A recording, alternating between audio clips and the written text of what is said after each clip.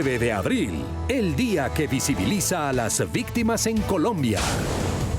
Sigue encendido debate por propuesta de suspender órdenes de captura a jefes criminales.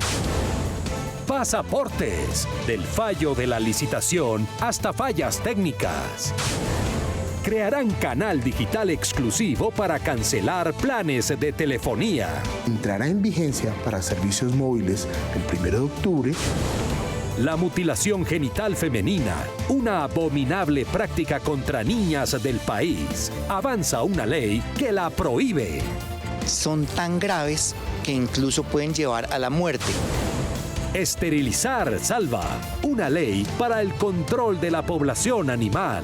No tienen asegurado su hogar, su bienestar, sino que están a su suerte. Declararán el Día Nacional de la Achira, símbolo de tradición huilense. Una tradición opita de nuestros abuelos.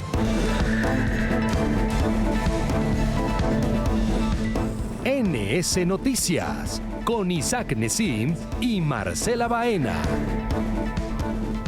Buenas noches. Con el compromiso de honrar a las víctimas, el 9 de abril se conmemora el Día Nacional de la Memoria y Solidaridad con las víctimas del conflicto armado en Colombia. Así, el Congreso recuerda a quienes han sufrido la violencia y que nació del asesinato del caudillo liberal Jorge Eliezer Gaitán.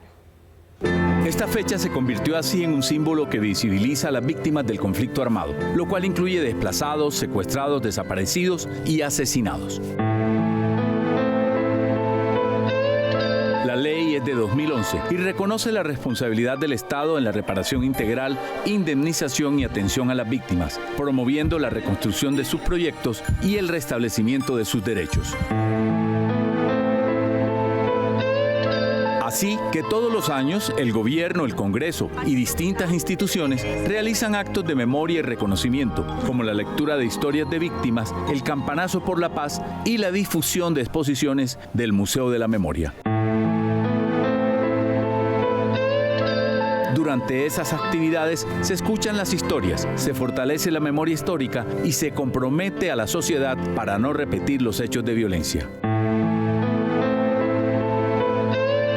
A la fecha, el registro único de víctimas incluye más de 9 millones de mujeres, afrocolombianos, indígenas y personas desplazadas por el conflicto.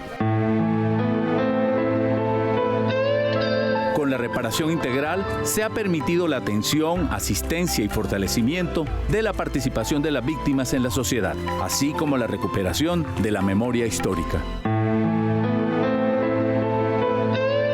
Cada 9 de abril se recuerda la violencia sufrida, se promueve la reconciliación y la construcción de paz, reconociendo la resistencia de las víctimas y reafirmando el compromiso del país con un futuro justo y pacífico.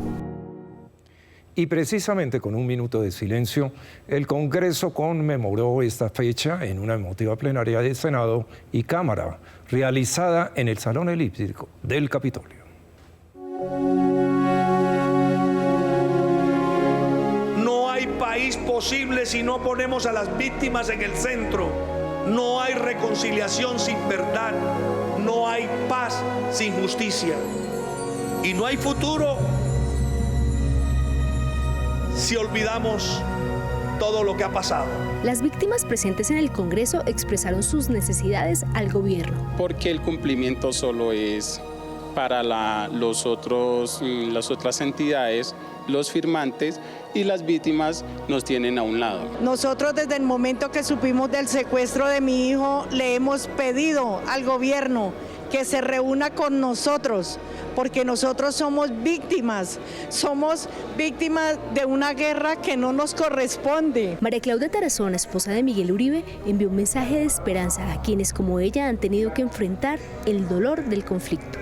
Que este dolor no nos divida, que este dolor nos una, que la memoria de quienes hemos perdido no se quede en el silencio, sino que se convierta en fuerza para cambiar el rumbo de nuestra historia. Los senadores hablaron de los retos que aún existen para lograr una efectiva reparación de las víctimas. Tendríamos nosotros que mirar si es suficiente con las normas que hay o es suficiente el proyectos que hay o qué hace falta. Eso tenemos que hacer un esfuerzo para buscar, vuelvo a insistir, en que le cumplamos a las víctimas. ¿Qué hace falta en el país? Que el sector religioso, que ya logramos que en la modificación de la ley de víctimas se le reconociera como parte de las víctimas en el país, sea parte de la reparación colectiva. El tamaño es tan grande que el país no tiene los recursos suficientes ni la agilidad suficiente para satisfacer todas las demandas justas en el tiempo que requieren las víctimas. Cerca de 40 representantes de las víctimas fueron escuchadas por los senadores, quienes ahora harán seguimiento a sus peticiones. En otras noticias, sigue prendido el debate por la propuesta de suspender órdenes de captura a antiguos jefes de bandas criminales en Medellín, Río Negro y el Valle de Aburrá. Esto en el marco de la política de paz total. La suspensión de órdenes de capturas contra 16 de los 23 cabecillas de estructuras criminales que hoy participan como voceros en la denominada Mesa de Paz Urbana, quienes pagan sus condenas actualmente en la cárcel de Itagüí. Salen ahora en época electoral a atacar el proceso de paz porque saben que atacar un proceso de paz le da réditos. La determinación ha generado rechazo en sectores de oposición y autoridades regionales. Radicar aquí ante el Consejo de Estado una demanda de nulidad con solicitud de medida cautelar para que se suspendan rápidamente los efectos de esta resolución equívoca. Esto le da una patente de movilidad a 23 criminales de los más peligrosos por aquellos sitios que constituyen el 70% del potencial electoral de Antioquia. El debate continúa en el Congreso mientras avanzan las negociaciones de la paz urbana. Paz urbana y paz total, que prácticamente termina siendo lo mismo. Un desorden total por la falta de una gerencia de un administrador como Gustavo Petro. La Fiscalía, por su parte, aclaró que la medida no implica libertad automática para quienes están privados de la libertad y que no excluye capturas en flagrancia por delitos graves como secuestro, extorsión o violaciones a los derechos humanos. Un intenso debate enfrentó el ministro de Defensa y el comandante de las Fuerzas Militares ante la Comisión Sexta del Senado por el accidente del Hércules C-130 en Putumayo. A última hora se conoció que el avión no contaba con póliza de seguro por falta de recursos. Entre el 2008 y lo corrido de este año, la Fuerza Pública ha registrado 92 accidentes de aeronaves militares, 35 aviones y 57 helicópteros. El 75% de esos eventos, según informes oficiales, obedece a factores humanos. La tragedia del Hércules C-130 en Putumayo fue motivo de debate de control político. Nunca hemos mandado a un equipo de soldados en una operación militar, en un movimiento aéreo o a sacarlos de permiso en una aeronave que tenga alguna falla. Si hacemos el cálculo en este momento, le quedan 20.000 horas, a razón de 340 horas anuales.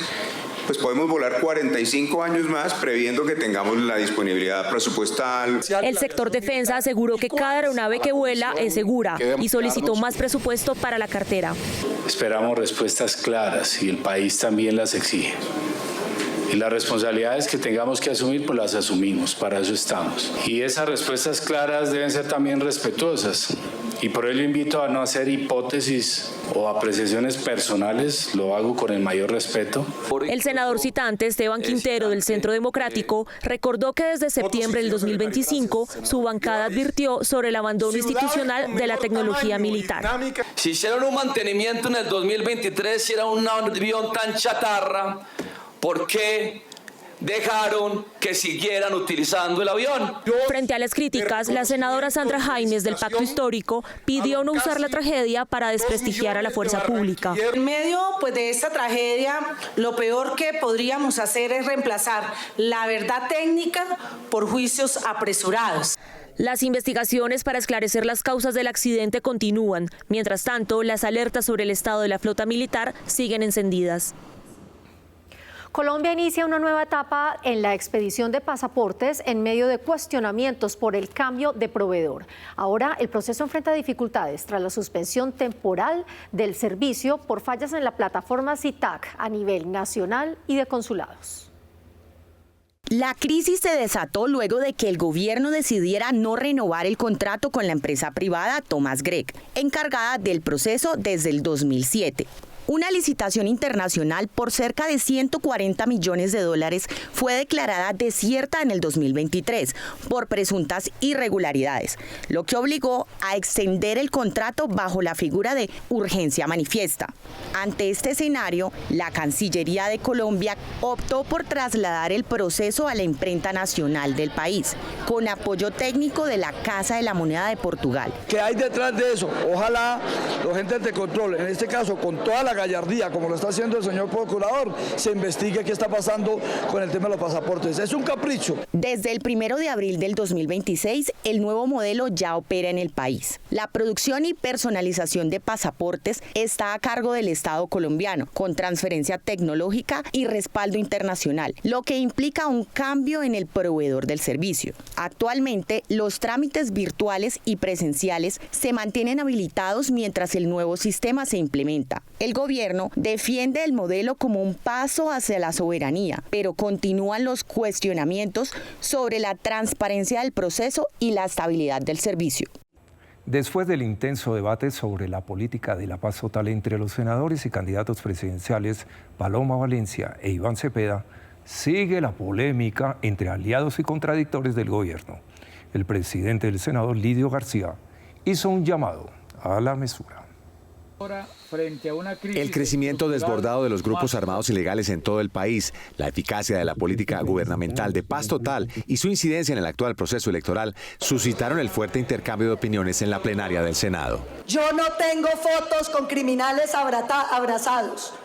Yo no tengo fotos, ni he intervenido para que la justicia libere gente que está en la cárcel por haber asesinado colombianos. El senador Iván Cepeda, defensor de la política de paz total, negó cualquier vínculo con organizaciones al margen de la ley. ¿Dónde está uno de sus congresistas hoy, senadora Valencia, condenado por la justicia colombiana por robarse los recursos de la paz? Más allá de las diferencias, la discusión refleja el nivel de tensión que subsiste en el Congreso de la República. El mismo Roy Barreras que les articuló la campaña de Gustavo Petro es el mismo que hoy está diciendo que esas liberaciones de esos criminales, de esos delincuentes, sí van a incidir en las elecciones presidenciales. No nos van a venir a decir que nuestros votos están manchados de sangre, porque nuestros votos, escúchenlo bien, son expresión de dignidad del pueblo. El presidente del Senado reiteró su llamado a debatir con respeto a pesar de las diferencias. Con el objetivo de atender la situación de miles de familias que viven en sectores informales, avanza el proyecto que permitiría legalizar asentamientos con más de 10 años de existencia. En muchos casos, estos territorios han crecido sin planificación urbana y albergan comunidades que hoy no cuentan con acceso pleno a servicios públicos ni infraestructura básica debido a su falta de reconocimiento formal. Este es un proyecto que beneficiaría a 4 millones de colombianos, especialmente a la gente más vulnerable, con unos requisitos del medio ambiente, con unos requisitos para aquellos asentamientos que tengan más de 10 años, con unos requisitos especiales para conservar las fuentes hídricas. Entre los principales objetivos del proyecto se encuentra la legalización de asentamientos ya consolidados, así como la posibilidad de facilitar inversiones en servicios públicos, vías y equipamientos. Necesitamos este proyecto para que le permita a esta gente tener acceso a los recursos públicos, para que puedan tener un título de su propiedad, para que puedan mejorar sus viviendas y adecuarlas de manera digna y humana. Con esta iniciativa se espera mejorar la calidad de vida de las familias más vulnerables y al mismo tiempo establecer mecanismos que permitan frenar el loteo ilegal y la especulación inmobiliaria. El proyecto de ley que prohíbe la mutilación genital femenina, una práctica que sigue afectando a niñas en Colombia, pasó a tercer debate en el Senado. Cerca de 200 millones de niñas y mujeres en el mundo han sido sometidas a la ablación genital femenina, calcula la Organización Mundial de la Salud.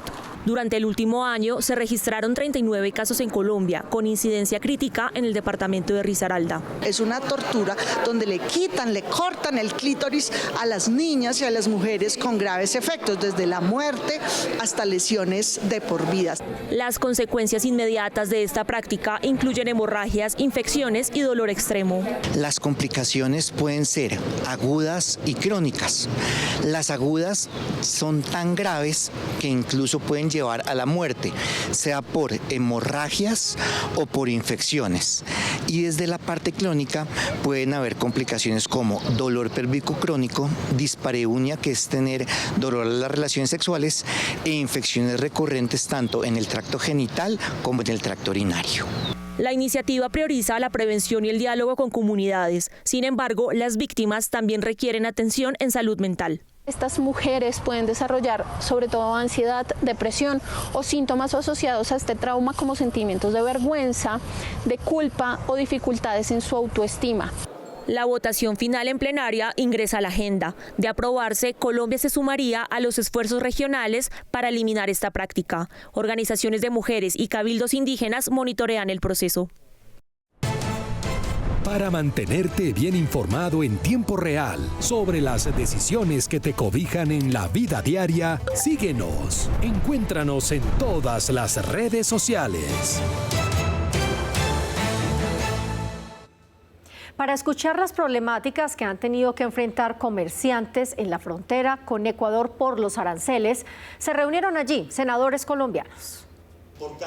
Más de 150 personas se dieron cita en Ipiales para estudiar propuestas y posibles soluciones a la crisis social y económica que se ha generado por el aumento de aranceles. Hace falta la intervención de un tercero y eso es necesario en este tipo de cosas. Por ejemplo, que intervenga la OEA, que intervenga otro país. A esta audiencia binacional asistieron asambleístas ecuatorianos, quienes se mostraron preocupados por la afectación a 200.000 puestos de trabajo y a los 2.500 millones de dólares de comercio bilateral. Nosotros no estamos de acuerdo con las decisiones que ha tomado el gobierno del Ecuador, específicamente el presidente Noboa. Al implementar unos aranceles disfrazados de una tasa de seguridad que no tiene sentido jurídico, pero que tampoco tiene sentido económico. Senadores colombianos plantearon varias solicitudes al gobierno nacional. El reconocimiento de la zona integral, de la zona especial de integración fronteriza para aliviar la situación que viven los habitantes de frontera. Estamos buscando también la construcción de una zona franca. Elimine el decreto 170, que es el que coloca el 30% de los aranceles. Representantes de algunos gremios piden soluciones inmediatas, pues la crisis les está llevando a desplazarse a otras zonas. Las medidas, los resultados, las soluciones o llegarán tardías o no llegarán. Esta frontera va a quedar absolutamente muerta si no se toman decisiones inmediatas. En los próximos días se realizará una mesa técnica binacional para hacer seguimiento a los acuerdos y propuestas presentadas en esta audiencia. Reconocer y mejorar los asentamientos informales en Colombia es un proyecto que se debate en el Congreso porque es una realidad que por décadas ha marcado el crecimiento de las ciudades. Entre el 30 y el 50% del crecimiento urbano ha sido informal en Colombia. Es decir, millones de personas han construido sus viviendas sin respaldo estatal, no por elección, sino por falta de acceso al mercado formal. La situación es más crítica en regiones como el Cesar, donde cerca del 58% de los predios rurales son informales, y en La Guajira, donde ciudades como Riohacha han crecido con barrios fuera de toda la planificación. Esos asentamientos humanos crecen a lo largo y ancho del territorio nacional, cada vez más hacinados, con inmensas dificultades de pobreza, de marginalidad, sin poder invertir los alcaldes y gobernantes ni el gobierno nacional recursos en alcantarillado, en agua potable, en electrificación, en mejoramiento de sus condiciones de vivienda. El debate también se da en medio de una realidad persistente, como es el desplazamiento forzado. Solo en enero del 2026, 3.409 personas fueron afectadas por desplazamientos masivos en el país, según la Defensoría del Pueblo. Se autoriza a los alcaldes para hacer inversiones en educación y en salud. Es bueno que los habitantes de estos barrios llamados subnormales, anteriormente se decía invasiones, puedan tener acceso a esos recursos. Aunque la iniciativa representa un avance, expertos advierten retos en financiación, enfoque para víctimas y criterios ambientales. La discusión de fondo es si el Estado seguirá ignorando estos territorios o si avanzará en saldar una deuda histórica con millones de colombianos. Los operadores de telefonía deberán crear un canal digital exclusivo para cancelar planes, el cual estará disponible 24/7. Actualmente, en Colombia hay 95,8 millones de líneas móviles.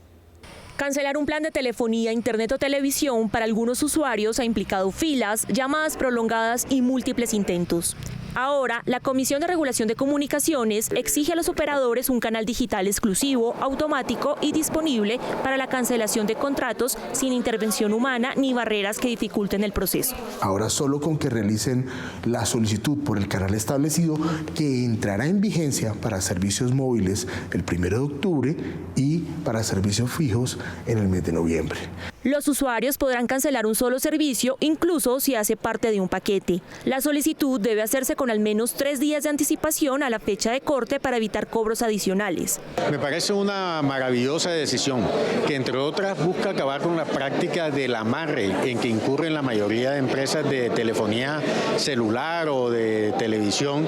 Y es fácil el acceso, pero difícil cuando una persona se quiere retirar. Colombia tiene 95,8 millones de líneas de telefonía móvil. Con esta medida se busca que la competencia entre operadores se base en la calidad del servicio, no en la dificultad para abandonarlo. Después de 14 meses de retraso en su reglamentación por parte del gobierno, la ley Esterilizar Salva vuelve a cobrar relevancia en el debate público. Hay urgencias claras frente al control de la población animal en Colombia. La norma busca enfrentar una problemática creciente porque actualmente más de 3 millones de perros y gatos viven en condición de abandono en el país, expuestos al hambre, enfermedades y al maltrato. Quedó una reglamentación muy buena que establece todos los protocolos técnicos, científicos y de bienestar para ejecutar el programa a nivel nacional. Dentro de sus principales propósitos está garantizar que cada municipio cuente con programas de esterilización financiados o cofinanciados con recursos de la nación. Los animales llegan a la calle, pues la naturaleza de ellos es reproducirse. Una perrita llega y en un año tiene como 3 crías. Mientras la ley se pone en marcha, la senadora Padilla continúa su recorrido por el país con la iniciativa de esterilización denominada Ruta Animal. Cerramos el año 2025 con 10.185 esterilizaciones. Este año vamos a iniciar en Guamal y en el Banco Magdalena. Seguimos para Bosconia y La Paz Cesar y luego nos dirigiremos a el Urabá antioqueño en jornadas de mínimo 400 esterilizaciones. Con la reglamentación lista, el desafío será garantizar su correcta ejecución en los territorios. Distintos sectores piden a las autoridades actuar con rapidez para responder a una problemática históricamente desatendida. Colombia necesita más profesionales en ciencia. Hoy el país apenas tiene 25 doctores por cada millón de habitantes, mientras que el promedio de la OCDE supera los 4.600. Para cerrar esta brecha, el gobierno abre una nueva convocatoria. Con una inversión por 368.000 millones de pesos, el gobierno abre una oportunidad para que 830 colombianos realicen maestrías y doctorados, tanto en Colombia como en el exterior. Se les están entregando apoyos económicos completos que comprenden matrícula, sostenimiento y un rubro para que adelanten sus proyectos de investigación. Ojalá que esas mismas oportunidades del conocimiento se trasladen al campo, a la industria, a las empresas y que no se fuguen esos cerebros. Las becas están enfocadas en 3 áreas estratégicas: inteligencia artificial, transición energética y bioeconomía, sectores donde hoy las empresas reportan dificultades para encontrar talento especializado. Muy importante tener doctores, una población altamente cualificada y la población de doctores, pero además formados en ciencia, en tecnología, en sociedad. Las inscripciones están abiertas hasta el 20 de abril ingresando a MinCiencias. Los aspirantes deben presentar carta de admisión y una propuesta de investigación alineada con las políticas del ministerio. Y vean ustedes, considerado como un símbolo del Huila, el bizcocho de Achira entró en un proceso de impulso de su consumo y fortalecimiento de la economía de las familias dedicadas a su producción. Una ley busca exaltar su valor cultural. A partir de ahora, el 20 de junio será denominado el Día Nacional del Bizcocho de Achira, con el fin de resaltar el valor cultural de este importante alimento para los huilenses, que tiene más de 200 años de tradición. De nuestros abuelos que nos han heredado, para nosotros ofrecerle a los turistas y que se lleven un buen recuerdo de acá de la ciudad. Mi papá y mi mamá hacían, entonces ahí en Fortalecilla y en otras partes que hacen bizcocho.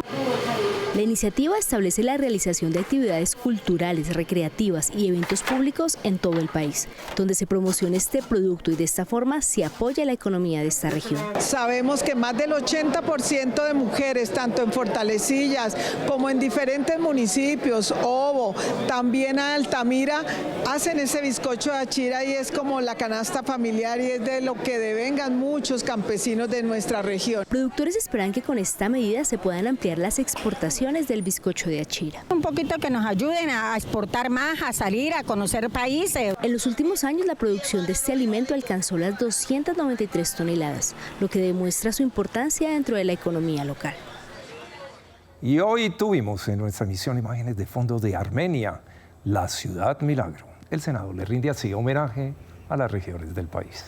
Y no olviden seguirnos en nuestras redes sociales como @Noticiero Senado y en YouTube como @NS Noticias. A ustedes los esperamos en la próxima emisión. Hasta entonces.